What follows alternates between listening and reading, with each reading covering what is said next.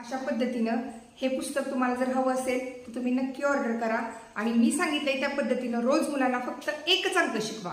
एक अंक शिकवा. सुरुवातीला काय एक अंक शिकवल्यावर लगेच कृती सोडवता येतात का नाही. सुरुवातीला 1 ते 5 अंक शिकवा. त्या 1 ते 5 अंक शिकवल्यावर ते 5 अंक दृढीकरण होण्यासाठी मी सांगितलेले नाविन्यपूर्ण स्वाध्याय मुलांना द्या. 1 ते 5 अंक दृढीकरण झालं की 6 ते 10 अंक शिकवा. त्याच्यानंतर 6 ते 10 अंक दृढीकरण होण्यासाठी 1 ते 10 अंकावरचा स्वाध्याय द्या.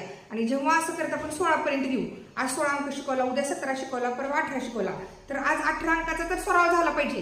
पण पाठीमागील अंक मुलं विसरली नाही पाहिजेत. आणि हे अंक विसरू नयेत याच्यासाठी 1 ते 18 अंक एकत्र घेऊन त्याचा स्वाध्याय आपण तयार करायचा. म्हणजे तो मी माझ्या पुस्तकात दिलाय, त्याचा मुलांचा तुम्ही सराव करून घ्यायचा.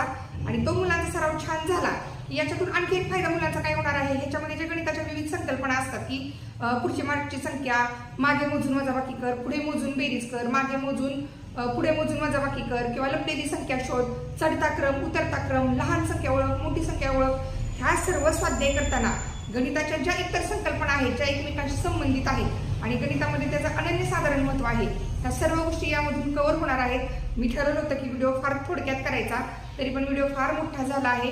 कोणाची काही शंका असेल तर मला कमेंट करून कळवा. पुस्तक हवं असेल तर मला व्हॉट्सअपला मेसेज करा. आणि पुन्हा एकदा सांगते की या पुस्तकामध्ये तुम्हाला कसलीही काही अडचण येऊ दे, बिनधास्त तुम्ही मला कमेंट करा, व्हॉट्सअपमध्ये मेसेज करा. शक्यतो कमेंट करून कळवा मला पुस्तक कसं वाटलं.